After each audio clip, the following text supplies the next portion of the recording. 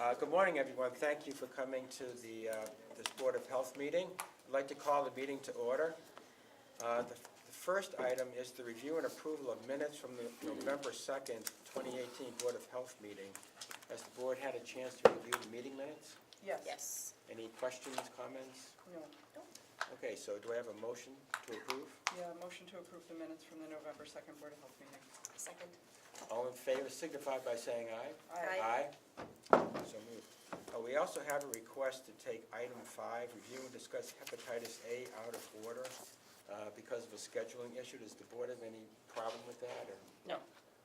Okay, so let's move on to review and discuss hepatitis A from Pat Bruckman. Thank you, Mr. Vision. My name is Pat Bruckman. I'm the Chief Public Health Nurse for the Alliance. And the reason I'm here today is, as everyone probably knows, there is a current outbreak of hepatitis A in the Commonwealth. This isn't unique to the Commonwealth. There have also been outbreaks nationwide. The primary populations that are affected at this time are people experiencing homelessness and people with substance use disorder.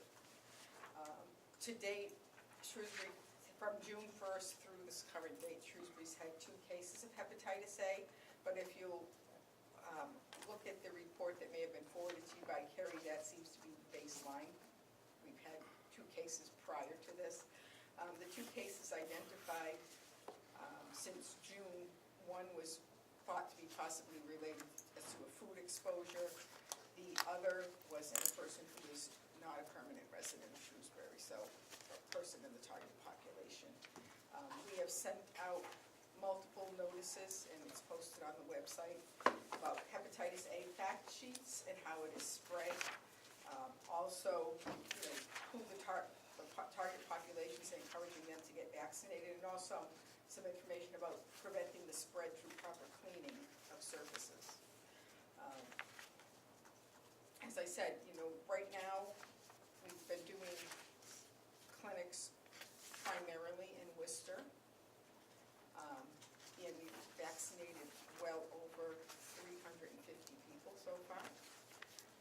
And we will continue to reach out to target populations if at some point, these numbers in Shrewsbury warrant a clinic, particularly in the town. But I'd be more than open to doing a clinic in the town if you can identify some agencies that work with the target populations for me, and I'd be more than happy to get in touch with them. Do you have any questions? Questions? No. All right, well, thank you. Thank you. Thank you for Thank coming, you. Pat. Thank you. Merry Christmas. Merry Christmas to all of you. Same And to Happy you. New Year. Thank you for taking it out of order. You're welcome. Thanks. Okay, getting back to the agenda, the next item is to review and discuss fluoridation requested by Melissa Pride Files.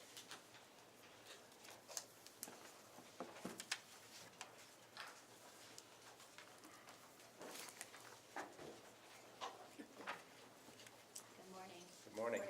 Thank you for having us. I have with me, to my left, Brian Moss, and to my right, Catherine Rajwani. And we wanted to just kind of give an update on where we were with regard to our request for removing fluoridation from the water.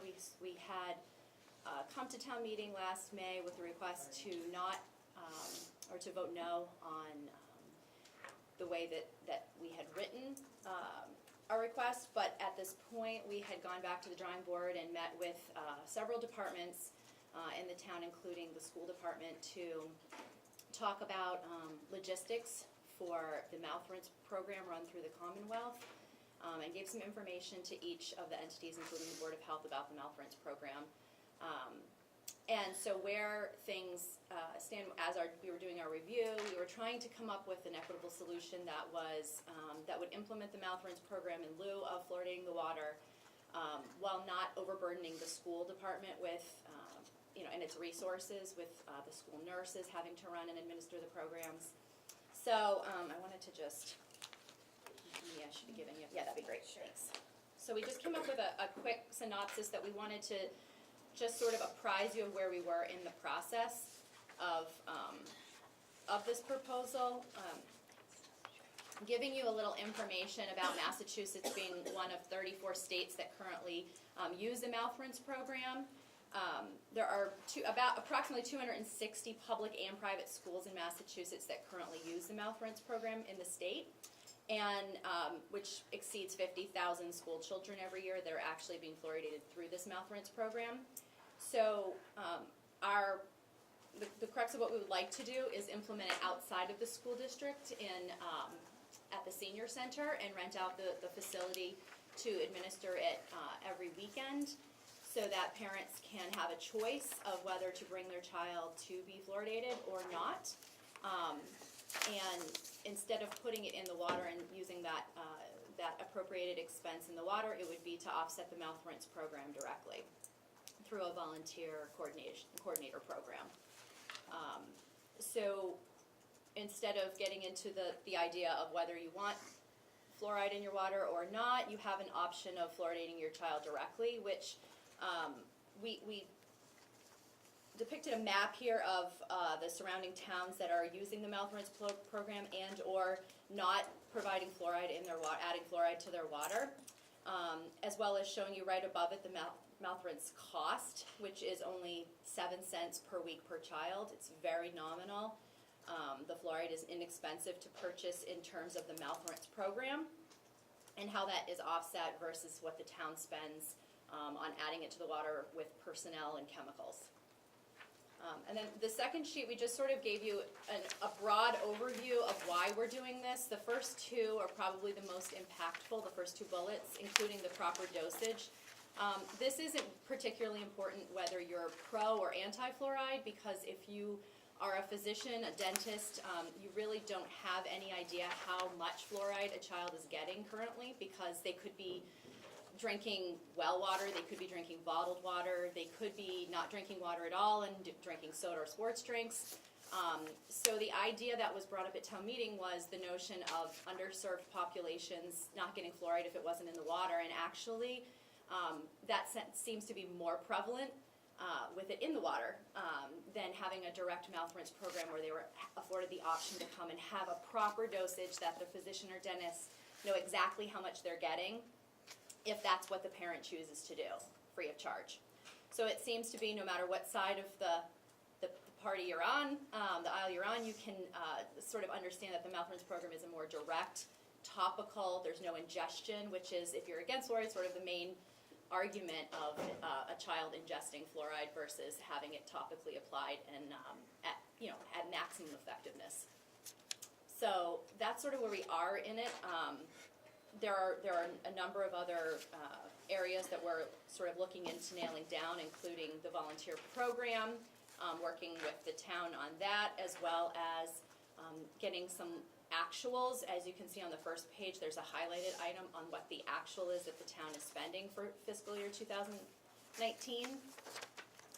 It's been about $15,000 average for the past 10 years, and we estimated that if you had 750 children who chose to participate in the mouth rinse program, which is a 50% participation rate in grades 1 through 4. It's extremely high.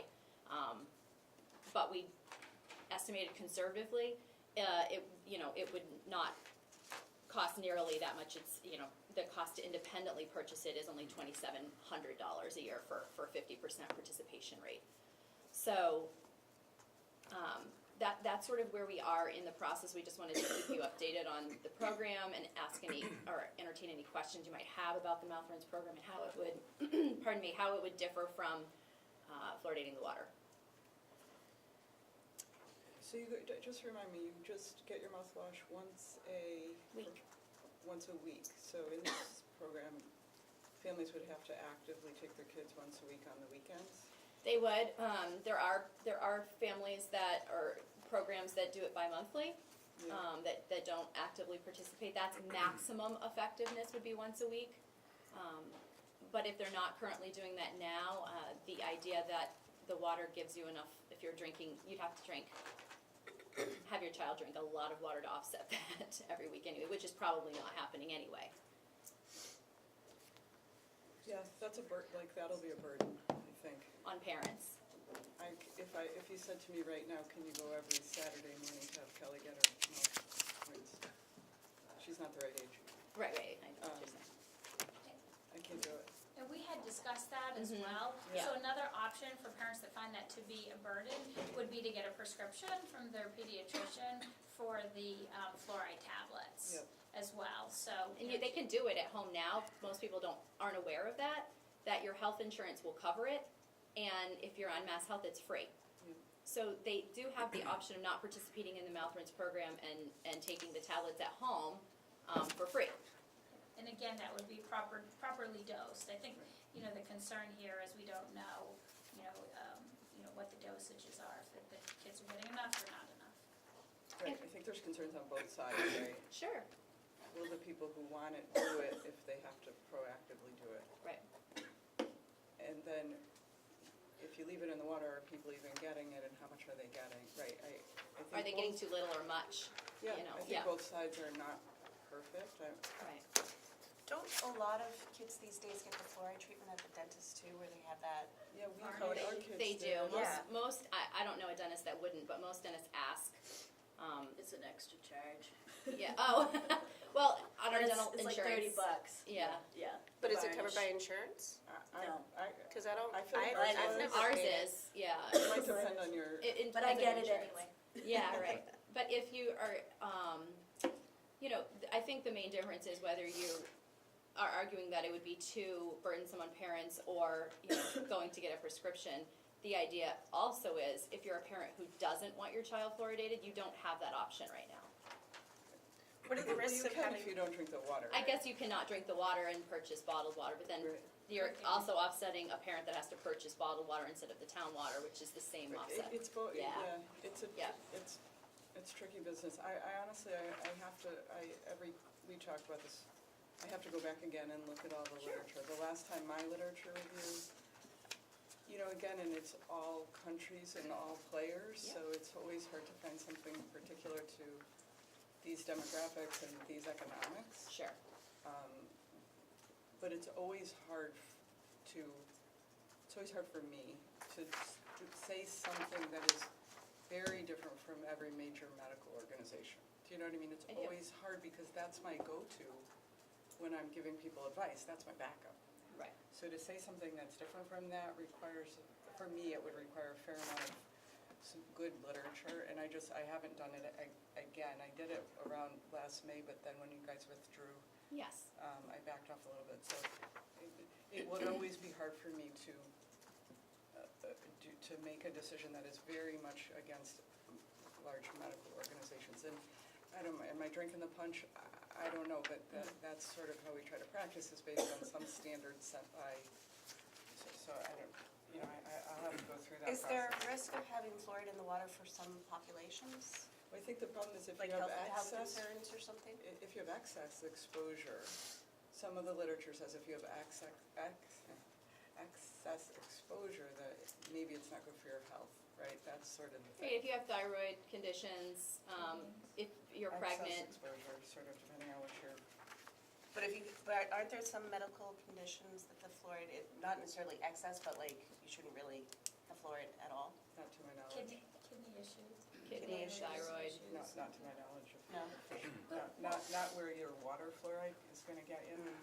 Like, Well, what we were also hoping to do, because obviously we tried to learn from the past and what's transpired, is to really take the focus off of the studies. I know you had mentioned going back and reviewing the studies, because there's a difference of opinion, in various communities about the studies and about the systematic effects of fluoride in the body.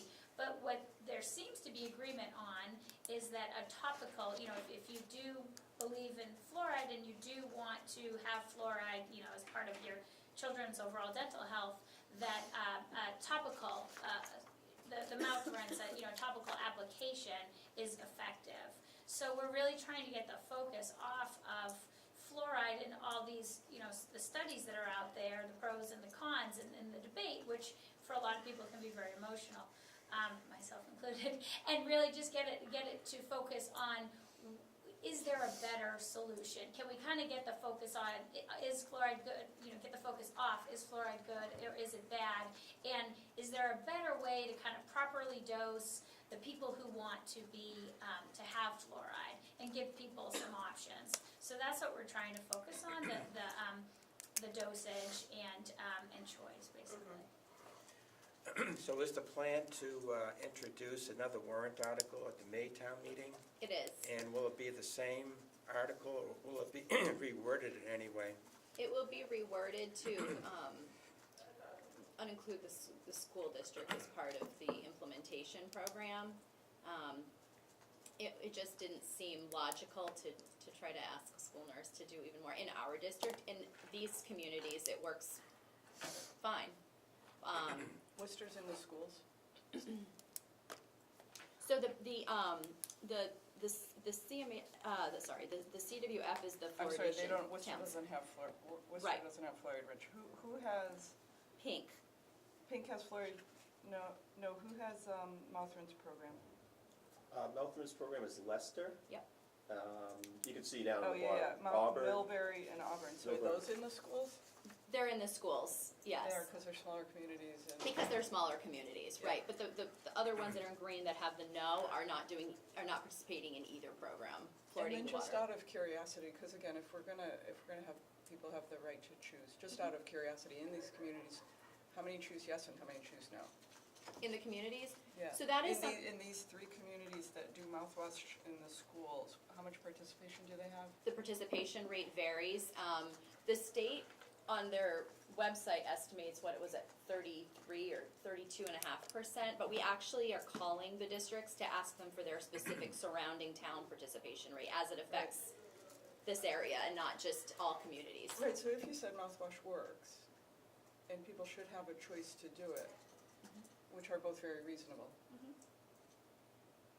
But then only a third of people are doing it, so now we're giving people autonomy to choose, but then 70% of people, if the 30% is 70% of people are not choosing, so then we're getting back to a place where people won't get fluoride.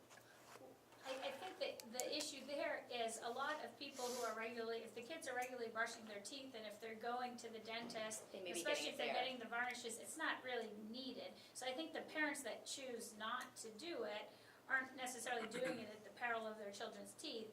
They're doing it because they're already implementing proper oral hygiene for their families. Or potentially, this is participation in the mouth rinse program, if they're already feeling like they're getting, tablets at the dentist or other Right, you don't entities, know. that would offset some of that, 70% deficit. But, I think similar to flu shot or different, Those are totally emotionally charged, do you know what I mean? they're We talk very, about- Right, we yes. talk about flu shot all the time. 85,000 people died in the country last year from flu. Right. The shot's not 100% protective, I get it. Right. But people who get the flu shot have a much less aggressive course of the flu. Pregnant women die all the time from the flu. Can they, we're in this country, maternal mortality in this country is higher than it should be. If we back off, it just creates anxiety for me. And so I will always not be supportive of pulling it out of the water. So it will fall to you guys to come up with a Board of Health recommendation. It just will, do you know what I mean? It just will. Yeah, I do think we need to, revisit this, prior to town meeting, do what we've done before in the past, is invite all parties who are interested to comment on the issue before the board votes to recommend or not recommend at town meeting. But I really appreciate you coming in to give us an update of what's going on and new information. Sure. But I would hope that we would have another one of these, comment periods before town meeting in May. I mean, I think one of my concerns too is that, the idea of having it in the water is sort of a very old practice. It's something that, Absolutely. was implemented during a different time period. Absolutely, before fluoride toothpaste and. Right. Right. And No, what I you can totally get at the it. store and what happens at the dentist, I think it makes sense to revisit it. I also am a little concerned that we're getting fluoride supply from China. Why are we getting it from China? I think we've had this discussion before too, so I can't remember. Bob Szewski always speaks to that. I think we've always gotten it from China. I don't No, No, know. it's, we haven't. we were getting it from North Carolina in FY18. This is a new change. Yeah, Is cost, Well, can't remember. is it it's a cost issue, and the type of fluoride that's being used is also Changed. changing Yeah. with the new water, Yeah. with the new plants. Yep, I'm sure you'll get a full update from the town, but I can give you a little bit of background on it, which is, we were getting it domestic sourced from North Carolina when it was hydrofluorosilicic acid. That was what we were getting from the phosphate fertilizer plant in North Carolina, from, I think it's Lee Creek, North Carolina, so that was confirmed by the town. And then when we moved, because that is such a, hydrofluorosilicic acid is such a strong acid, and it's kind of dangerous to use even for the employees of the town, like that were handling it. What they decided to do when they went to the new water plant, so now that the new water plant is online as of October, they switched to use sodium fluoride. There is no domestic source of sodium fluoride, so they have to import it from China. the particular mine in China, we're trying to still get confirmation of, there's no confirmation How's that of going? where that is. That's okay. It's concerning to me, but, okay. So, yeah, I think it would be wise to, revisit the issue with another meeting before town meeting and do some more research. You guys can do some more research, maybe we can get more definitive information on the exact source of the fluoride and its safety and so forth, and then decide. Okay, Okay? thank you. Thank you. Thanks for coming. Does anyone have an extra handout Sure. for me, please? Yeah, yeah. Thank you so I much. have a couple of them, just in case anyone else needs one. Thank you so much. Sure, I of course. appreciate you Thank you. coming in, thank you. Okay, the next item on the agenda is to review and discuss risks of natural gas, and also relative to the May 2017 town meeting opposition to the pipeline vote requested by Gail Aslanian, 285 Main Street, and Brian Moss, 15 Lutheran Circle. Good morning. Good morning. I'm Gail Aslanian, Town Meeting Member Precinct 1, and was the lead petitioner on this article back in June of 2017. In light of all the discussion about natural gas and what had transpired in June of 2017 at town meeting, I thought it was important that we also revisited what has happened since then and how the Board of Health can take part in protecting the citizens of Shrewsbury in this regard. I'll give you a brief history of how we got here, and then I'm going to let Brian give you some specifics and details as to what we would like your participation in. I'm on the butter of the proposed West Boylston lateral pipeline that Spectra and Enbridge, now Enbridge Energy, was proposing. And when they first approached the abutters, it seemed as though it was just a kind of a investigative. They were checking out, what would be a good line or how many people were involved, and they approached abutters with permission, asking permission to come and survey the land, and really didn't get a whole lot of information at that point. As time progressed, and more information was distributed and people started talking, it became much more evident that this was not something that was going to be a good thing for people in Shrewsbury. So a citizens group was formed to investigate it more and find out exactly what was going on. And it turned out that there were really some detrimental effects that would happen if this pipeline were to be constructed along the power lines, the 27 miles of power lines.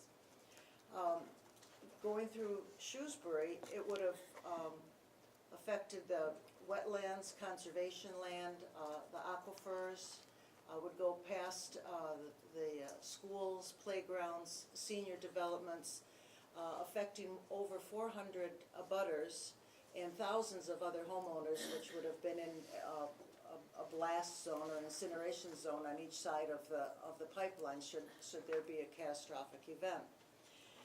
So that's how we came to the town meeting with this information and requesting the town to go on record opposing the pipeline. It was a successful, one of the first, the first, I guess, citizens petitions that passed. So the town meeting members and the citizens were really in favor of not having this pipeline go through our town. Since then, we requested from the Board of Selectmen and the town manager that certain steps were taken to inform different agencies that we were officially on record of opposing the pipeline. Unfortunately, nothing has been done in that regard. We have, since Brian and I have spoken to the town manager and the assistant town manager, and we have hoping to get some response back from different organizations. But what we're hoping what you would do is that, and Brian will go through this much more detail, is that we would like your support in going forward with going on record and saying that this really isn't a good thing. I know you've been studying the gas not pipeline, but the effects of natural gas on the health and safety of people, and I think this falls right into that category, and it's an important part. There's some talk that the pipeline is kind of null and void, that it's not happening, but in fact, the only thing stopping them is financing. And once that's achieved, there's this very strong possibility that they will go forward. It's still on the Enbridge website as a active project, so I don't personally feel that it's null and void until it's actually, done, and they've said that we're not going forward with it. So there's always that possibility, and it definitely is a health risk to not only myself as an abutter, but everyone in the town, because everyone's affected by any kind of event that happens, should there be one. So I think it's important that we go on record and oppose this project, and Brian will go into some other reasons why, and the fact that our surrounding towns, Grafton has already gone on record, the health department's gone on record, and many other communities along the line, and more communities are signing on all the time. So it's just we wanted to bring it back up in front of you. I know that the health department really wasn't involved that much at the time of the warrant article, but I think now it's time that we group together and figure this one out. So I'd like to turn it over to Brian. Great, thanks, Gail. Sure.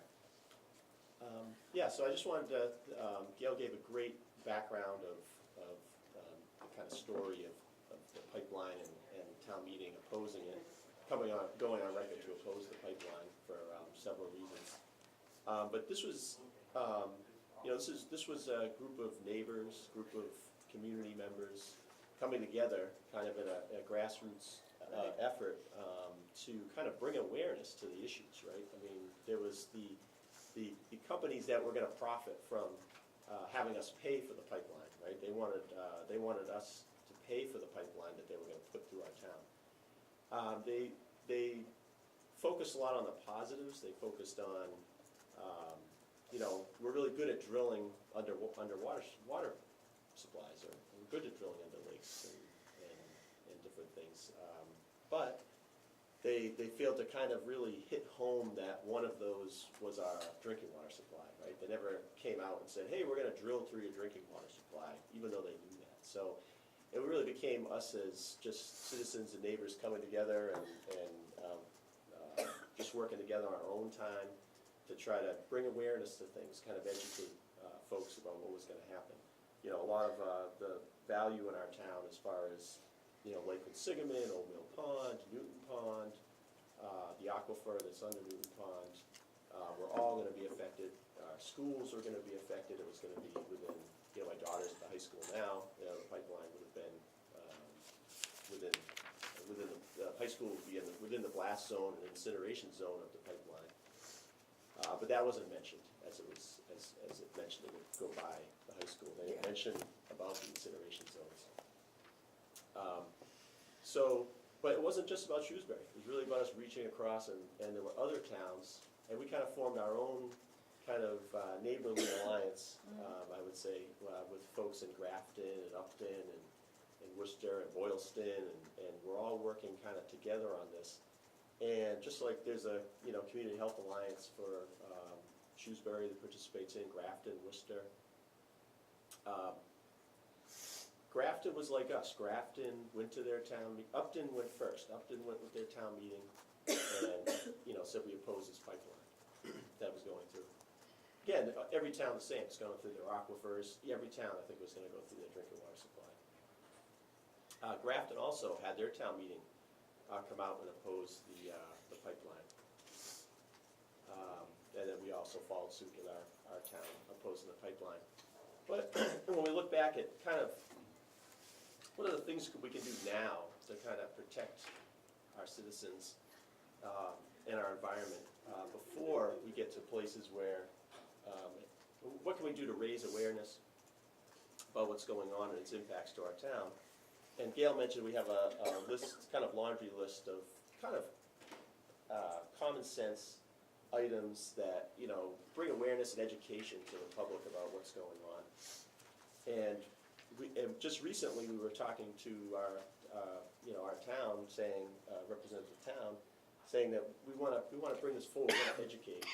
And it just so happened that we noticed that on the Shrewsbury Board of Health agenda, there was the discussion of natural gas. So we were actually already had this on our list to do, and we saw that it had come from somewhere else, because there's a statewide effort of these kind of community, where our neighbors throughout the Commonwealth are trying to do the same thing of, let's bring education or accountability to what's going to happen. So through the Board of Health, there is this way of signing on to a letter that the Mass Association of Health Boards had put together. So we would like to, we were thinking of so we wanted to come to you and say, okay, we know there's been a discussion. Some other folks from the state have come and said, we're bringing awareness in a different way, which I think when I'm reading through the notes that they had was about some of the dangers of natural gas and what's the toxins that are in natural gas that come from the fracking process that end up in your house when you cook with gas or use gas. So they were focused on some of the kind of like touch point health risks in your house if you're using gas, and writing letters to that effect. However, Gail and I were kind of looking at this, and that's just, what they're bringing is just as valid, but from the folks that kind of brought this forward originally in 2015, when the company first came, I was the first one to kind of go to the town to start to bring awareness, and then Gail afterwards. And we felt that we're kind of like Grafton, right? Grafton is in our Community Health Alliance. Worcester's in our Community Health Alliance, and there's some other towns, but those two specifically.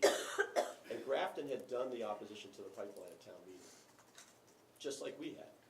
And Worcester had not done city council opposition vote or anything.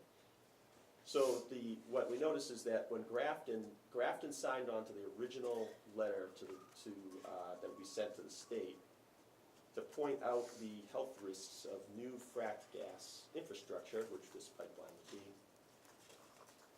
and saying that, kind of pointing out a lot. So I wanted to go over that a little bit. And then there's a Worcester example, where Worcester more recently said, this is where the gas was going to go, and they're also saying that out of this larger picture, we're going to pick out that we want a health assessment done.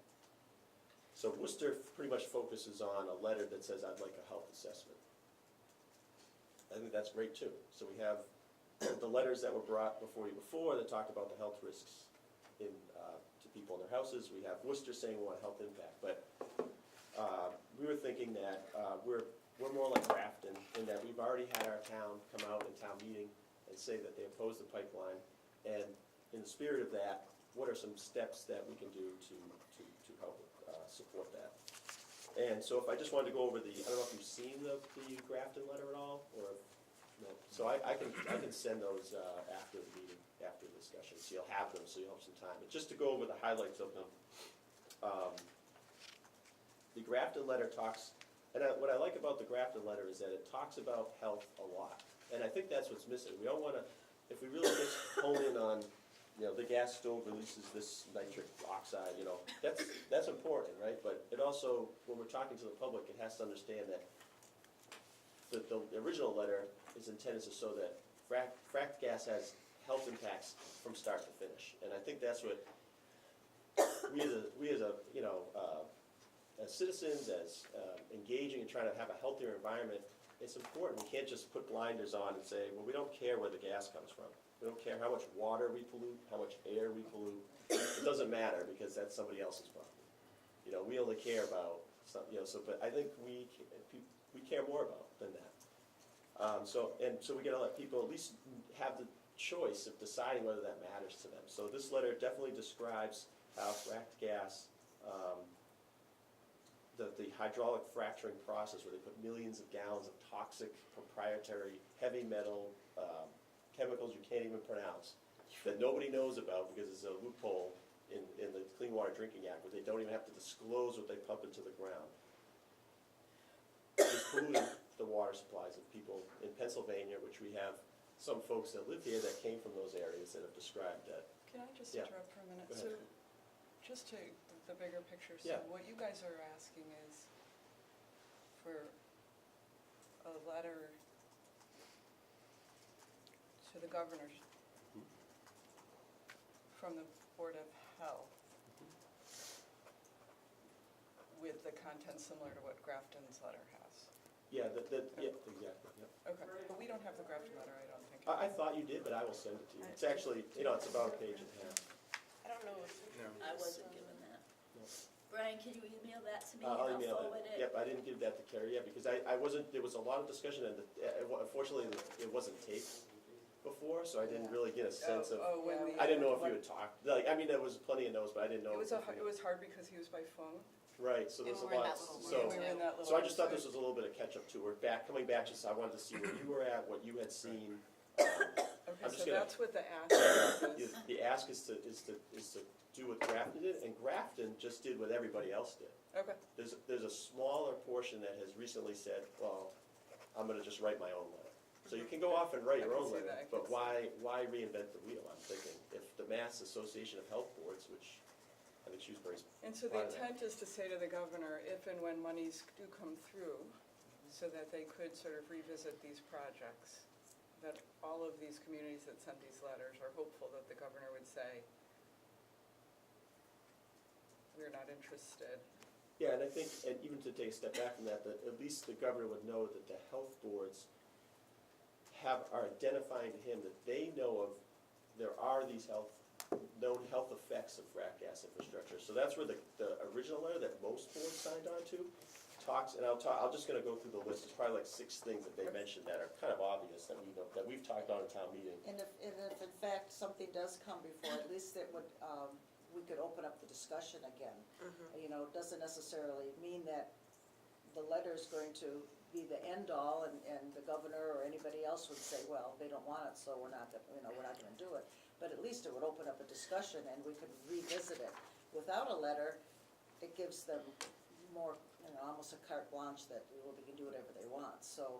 Without a letter, we're still left with the town vote that said we oppose. The Yes. town vote that we oppose is a resolution, non-binding resolution that doesn't have any teeth. Okay, But what the it- letter has more teeth? What the letter has, and specifically, so that's a great question. What the No, I know, letter- I'm just trying to decide what we're. Yep, I think no, it has I'm, us going on record saying Yeah, that. and I'm No, comfortable with it. Yeah. I like it, I'm happy to do that. yeah, no, So, I- I think- just I to add, to answer the question, I'm glad you're asking it, because in this letter, the specific ask is about, we would like to see health impact assessments done. Yes. Now, Worcester just asks that straight out, but gives no context around it, so, you're kind of reading it like, it gives a little bit, but the Grafton letter, the original letter that the Mass Health Boards put out, was the original intention, was to say, there's a little bit more context to this, they're better, it even goes into what there's better alternatives out there, so why are we, there's all these health risks.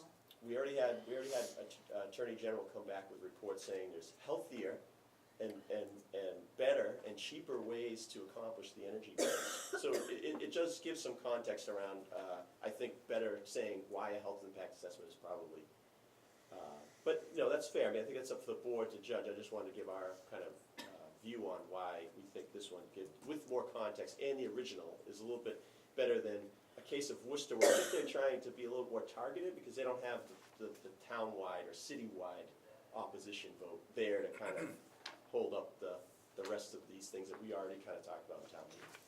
I think we have two separate things going on, two separate issues. One is dealing with the letter to the governor, asking him to consider health impact assessments that was talked about at the last meeting. And secondly, you're talking primarily about opposition to the pipeline through Shrewsbury specifically. So, now that's, I think they're two separate things. I think today we're going to decide whether or not to sign on to the letter to the governor. Now, the opposition to the pipeline, I think I would like to, it's been a while, so I would like to revisit all the information that was out there and to see if there's any information from the other side too. As I recall, the pipeline companies, I don't think presented any information in that They were regard. invited, but they did not. They denied to. right. They were invited. So my opinion is relative to the Shrewsbury issue, I would like to, revisit all the information and give everybody a chance to chime in on it.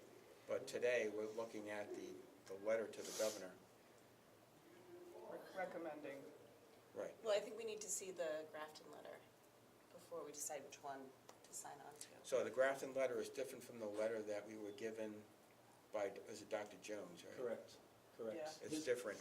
Yeah, and now that I'm getting a little clearer picture too now.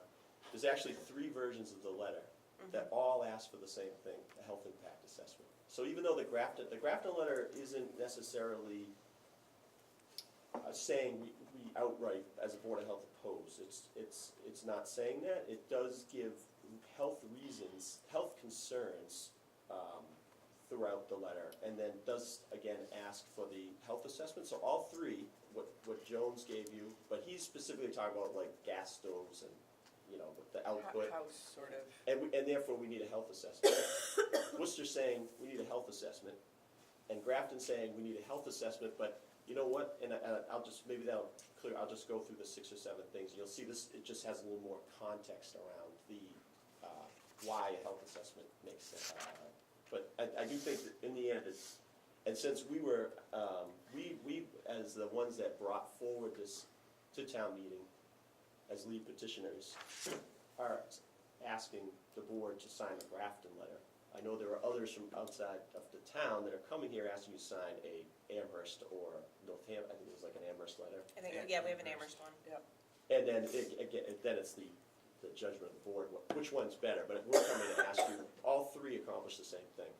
Ask the governor for health impact assessments, but there are different ways that you can focus that. And I think that's Different from revisiting whether the community wants the pipeline to go through. Right. Different. Two This is- different issues, Yeah, yeah. Right. I think you're right. So do we want to look at the Grafton letter before we I think so. decide on And I this? think, Brian, can you? Yeah, I'll just give you like a quick Yeah, 2-minute, just overview so you know, and Yeah. then, I just wasn't sure where you guys were at, I didn't know, I thought you might have had these letters, but in hindsight, I wish I had sent, but, yeah, so it goes over, it talks about how you get the gas through fracking has known health issues, right? Causes air and water pollution. It talks about the fracking that you do and the chemicals that you add, and where the deep ground source that you're getting from, there are all these toxins that are in the gas, which is what Dr. Jones was talking about. Those toxins come with it with like heavy metals, so those have health problems associated with it. It talks about that there are threats at every stage of processing and delivery. So if you have a transmission pipeline, there are leaks. If you're a compressor station, which we don't, but I think Boylston does, then there's reasons there. So I think they're trying to point out that all the infrastructure has problems. This is the one why I think is important too, is it talks about climate change. And climate change is a huge health problem that is here and it's just gonna get bigger. And so it does talk about how this is increasing significant amounts of methane, which is natural gas, is released into the atmosphere. So we went through the presentation how it's just as dirty as coal because there's so much methane released. They notice that when the company comes, they only ever said it's cleaner burning. There's some things you can pick up on. They'll never say to you it's cleaner. They'll say it's cleaner burning. And the reason they say it's cleaner burning is because when you add it all together, it's not any cleaner. It talks about leaks, it talks about explosions, and so where we have 2 schools within the blast zone, I think one is God's Little Preschool and the other is the high school. We're concerned about that. Talks about water contamination, right, again, we have all of our water that could be, so if we're gonna drill through the aquifer, they use a sludge that they do to drill through the aquifer, like this whole drilling process, they have to put a sludge through our drinking water supply.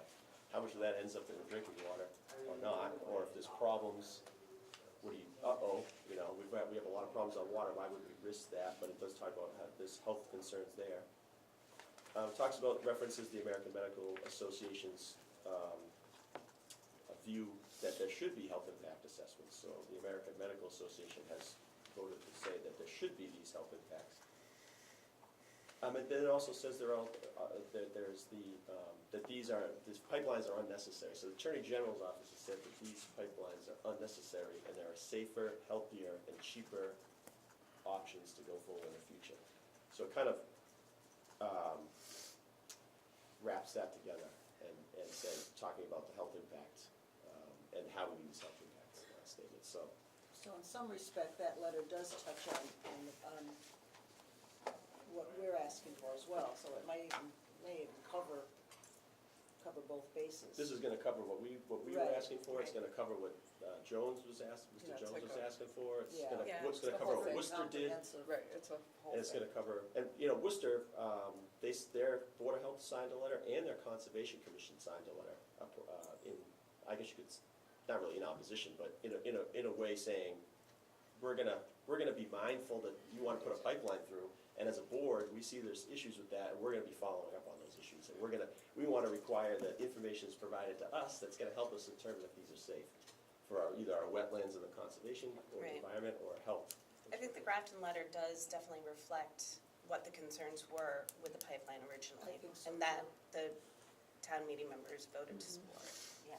I think if you send that through, Okay. and then I think Steve would probably look at that at the next meeting. So Yeah, I think that's wise. comparing to the Worcester is just a straight up, Yeah, and then This is just to give you a sense, this is the November sign-on list for the Grafton letter. So Grafton and Worcester, not Worcester, Grafton is part of this list. You can see there's a lot of boards already on, this is the original one.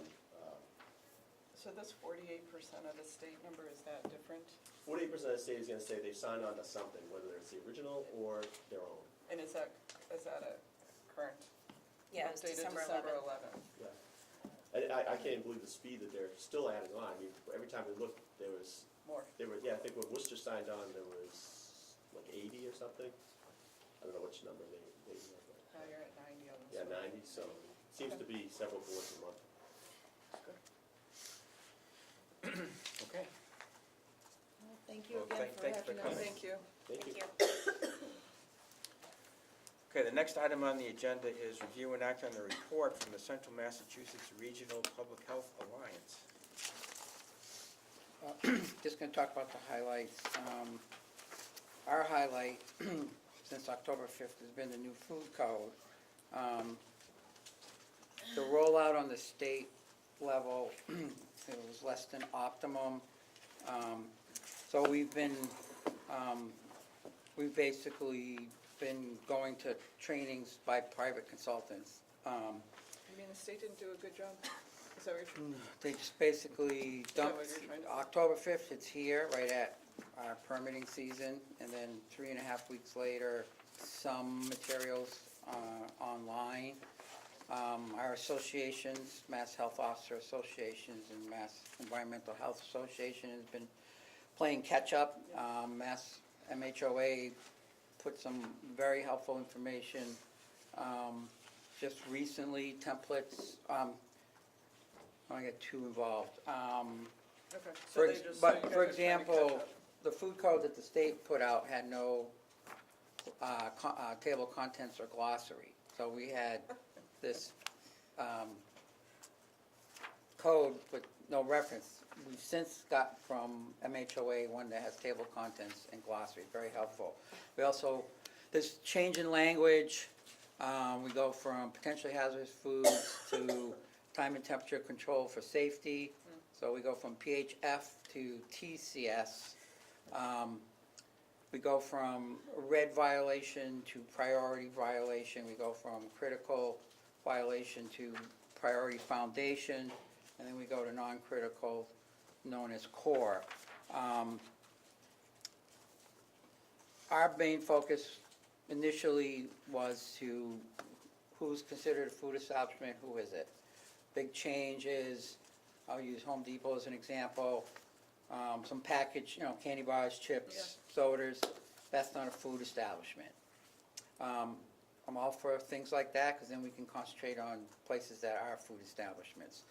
We've pretty much gotten through that, most of the towns, although a little issue with that, a lot of towns, I'll use West Boylston as an example, get zero tax levy and operate on permit fees, so it does have an impact. Also, having us to hire private consultants or pay to go to trainings, my personal view, some of this is unfunded mandate. But that being said, food inspections and food code is our number one priority, and, we do across the Alliance up to 1,200 inspections a year. There's a new food inspection form, it's now 3 pages, and it makes us go through in compliance, out of compliance, which it's good, it makes you focus on that. The person in charge has more responsibilities to make sure folks are trained, and also a new add-on was to have a vomit response plan. In the pool code, you have that if an event happens. This, they have to have a plan in place and then cleanup kits. So this is something else that's new. So we've held back pushing out anything to our partners till the first of the year. We want to do it in a, like, here's the changes, here's what you have to do, in a logical pattern. And also, we are going to start a 6-month piloting program with what's called Food Code Pro. There's a lot of cloud companies out there that say that they can offer that, but I haven't seen a cloud company that actually has the food inspection form up. They expect you to build it. This one was built by inspectors, used by inspectors. So we're going to skip the paper step. So we're still using our current forms. Can't cite them for hot holding at 135, because that's the new number, as opposed to 140. Again, this is science-based. But the rest, as far as, we're trying to, we haven't made the shift to the new code at this point. When we have all the pieces together in January, and our team is trained in the new Food Code Pro, that's how we're going to roll it out. We can go in either with an iPhone, iPad, computer. It's geo-stamped, time and date stamped. They can sign. It's an official document. The operator will have opportunity either for us to email it to them, or we could print it on site. They'll be able to sign it. And also, that'll keep track of numbers. It'll pull up the most recent inspection form. It also can log individual refrigeration units. It'll also have a text, speak to text element, so we're not scribbling on our page, and it'll be printed out. We can include pictures, so I'm excited about it, and I think our team pretty tech savvy. So we hope to make that transition, and then if things line up where we like it, then we'll enter into contracts with them to continue it. That'll save printing costs. We probably spend, when I put an order for food inspection forms, it's, anywhere from $600 to $800. And then it's cloud-based, so, each individual town, you would have your inspection forms. And we've been using Google Docs for years, and knowing what's next. So that's our big focus, just getting through the holidays. We did just do a training session earlier this week. I was in Boston the week before. There's more trainings coming down, but we now know the basic changes and how to roll it out. That being said, 21st century. pardon? That's exciting, moving into the 21st century. Yes, Phil, I just had a quick question. Would you say that the new food code has any effect at all on the compliance by the food establishments? In other words, is it about the same compliance effort, let's say? In other words, you mentioned like storage temperature going down from like 140 to 135. that's hot holding. It's hot holding, holding, yeah. right. So is there any effect at all, do you think, on the operation of the food establishments?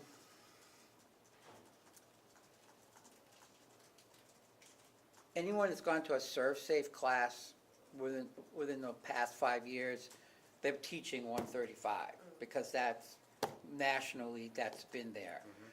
Officially for us, until this was adopted, we couldn't use 135, it'd have to be at 140. That's just a mechanical thing. The rest, as far as training and making sure that your workers are training, I mean, that in general would be an issue. I don't care, name an operation. I mean, food industry, has high turnover. They're not unique to having high turnover, especially when you have a good economy. So for us, it's, working with the person in charge, the owner, the manager, that you have active managerial control. This code puts more emphasis on active managerial control. Okay.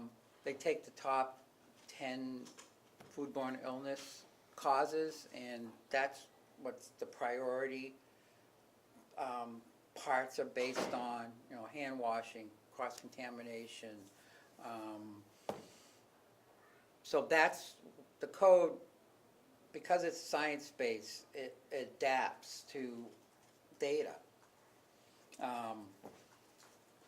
So with us, in general, we have a diverse population, we have a culturally diverse population, and that's also true in the food establishments. So it's pointing them in the right direction in a way that can be understood. So that's why we're not jumping at this. I did an initial, went through the main changes, and then I did a cut and paste with the food code. For us reading it, it's understood, but that's probably not the best way to push out what the main changes are. We can say what the main changes are, but I think we need to put it more in summary version, so that's what we're working on. It comes down that we're there 2, 3, 4 times a year, but we're not there every day. So part of and Abby will talk briefly about her numbers, but, so, there was a total of 70 food inspections, but then there was 21 re-inspections. So that means we had to go back and follow up, which that's good, but now, moving forward, are we going back following up on the same things? following up and something's repaired and then you go back next 2-3 times and it's not, it's repaired, that's good. But if you're going back and you're citing the same thing, there's a disconnect there. So the new food code, it's still doing your inspection, but it's also connecting with the person in charge and trying to assess whether or not you've done training with folks, or if there's someone there that actually knows. I mean, you can walk in an establishment and the person that's normally there that you've dealt with is not there. And so then, you identify yourself, who's person in charge, and then they're all looking at each other, like, who's gonna step up? That's not always, there should be, if that person that's normally there should be another person, yes, that's me. Somebody needs to be accountable. So I think the web-based inspection form, it's gonna make us do a lot of things, but then it's gonna keep track of that. So we'll see, that's our main focus right now. So we're digesting it, and I think we're ready to roll it out. Abby might have another opinion, but again, it's science-based. Yeah, no, I think with the new forms, moving into that, it's kind of more comprehensive. We have the checklist we're going through, asking the person in charge more questions. And I think that some of the updates with the codes are just things that we've needed in the past. For example, more emphasis on date marking foods, so that food in their cooler that they're prepped isn't sitting there for longer than it should. I think also, innovative things in food, like refilling the kombucha containers, stuff like that is now in our code, how to do that, so kind of coming up with the times, so I think that's a good thing, exciting, so, yeah. Before she touches base, I just we did do the dispensing sites walkthrough, and then we did do a presentation to the LEPC meeting actually last week on setting up a dispensing site, so, that went well, so. Abby can touch base on any specific questions on what's happening out in the barrier. Yeah, there's just another one to add, just a re-inspection for a nuisance I did yesterday afternoon after we made these, so total of 91 inspections. 5 altogether for food complaints this month. Total of 59 inspections, with 10 being re-inspections or food establishment, a pre-op in the food hub, and that's actually one of our updates, that the food hub is moving as of January 1st to Worcester. They found a new location. So, that's kind of the commercial kitchen space that people can rent out, so that will be moving over there. And temporary food events, 5 of those. We had one emergency, there was a fire at Walgreens, so they're closed right now. And then just some other inspections, we have some a housing complaint, total of 13 for the nuisance, with 5 and regular inspections for nuisance, and then 8 re-inspections. A pool and spa inspection just for the year, an indoor, obviously. So, just some updates. We do have possibly, the new club coming into town, Roshan Club. I'm not exactly sure if I'm saying that correctly. We haven't really received much on that. Still nothing from Barbecue Land, so not really sure where that's standing right now. But and then Legends Lounge, which is at 3 Tennis Drive, is opening up a new cafe. So good. And then, as you can see here, and Phil kind of touched on, 34 establishments with the new food code were not permitted. So yeah. Okay, so the new food code basically dropped out, 34 facilities Yeah, that's from kind of needing an just, inspection? yeah, like the prepackaged, The Home Depot, Okay. yeah, so then I think we can focus more, on the real. yeah, Where they actually doing food prep yeah, and, cooking, prepping, coming back down through the danger zone, Yeah. going back up. Give us more time to Handling follow up. ready-to-eat foods. So, it's, think about, AutoZone, O'Reilly's, Home Depot, even think about a Marshall's, that, where do you go in a Marshall's? Coffee, jams, Home goods, jellies, TJ Yeah. Maxx, yeah, they just sell, Right. it's prepackaged. Yeah. So, but if they have a milk and cream license or sell any kind of potentially hazardous foods, meats, fishes, then they would still have a permit. Right. Okay. The only thing I just, again, Attorney Surgeon General's come out on vaping, this week, the new look of nicotine injection. So there's some good pictures in here. I mean, a lot of the new vaping looks like a thumb drive, so just bringing that to your attention. Okay, any further questions, comments? Can I ask again, because I ask at every meeting? Terry, I got a call maybe on Thursday from the state. Yeah, I respond to those. Okay. The HHAN. They have to call me, but they have to call me?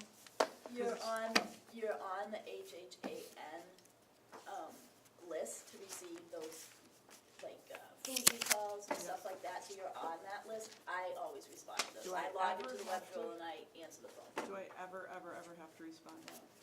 No, But do you get an email also? It's an email we can respond. it's an email, but I log in on behalf of the town. I got a call Okay. that day and I just didn't get to it, and when I did get to it, it was a voicemail that I couldn't really do anything with. Right. I did it within the 15-minute allotted time. I think the voicemail said 2 hours, like, mine said, 2 hours. I do it right away. okay. I got But the there phone. is sometimes when we have to talk to Megan or the Megan person, I think, to confirm that it's the right number. And the Yeah, right- but usually they'll give me a heads up and then I'll loop you guys Okay. in. All right, Yeah. so I'm gonna, You because are every good. time it happens, I'm like, I haven't gotten any of those calls, am I not on No, that list? you're not on the okay, you can get my HHAN. calls. You can if you want to. Must not have signed Because up. I can't do it. You can if you want to. It's not, it was, prior to you being here and Jordan was here, it was just some, Megan, I think, Denabula was not here anymore. She asked if one of the board members wanted to receive the the HAN. Do you get the situational awareness emails? I do. Okay. I do, I get all the weather stuff. Right, and- right. Yeah, I do. I Okay. like those, I can see them. I do The too. phone calls are hard sometimes, I'm just Yeah. not always, I can't always pick up the phone. I got you covered, don't you worry. Okay, thank you. We do talk about it every month. I know That's we do. okay. You'll hear me say it And again. I look forward to that. Carrie, please tell me again. Okay, if there's nothing else, then we should look at a date for the next meeting next year. Well, let's see.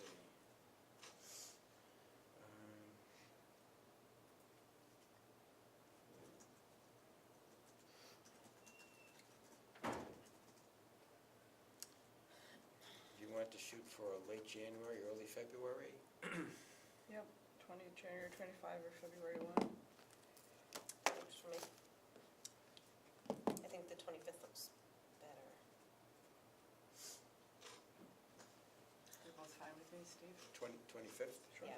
Yeah, Carrie, 25? January 25, yeah, January 25. Perfect. And I'll send out a meeting invite, of course. Okay. Okay, so if we're all set, do we have a motion to adjourn? Yeah, motion to adjourn. I second. All in favor, signify by saying aye. Aye. Aye. So adjourned. Thank you. Thank you. Well, very much. Carrie,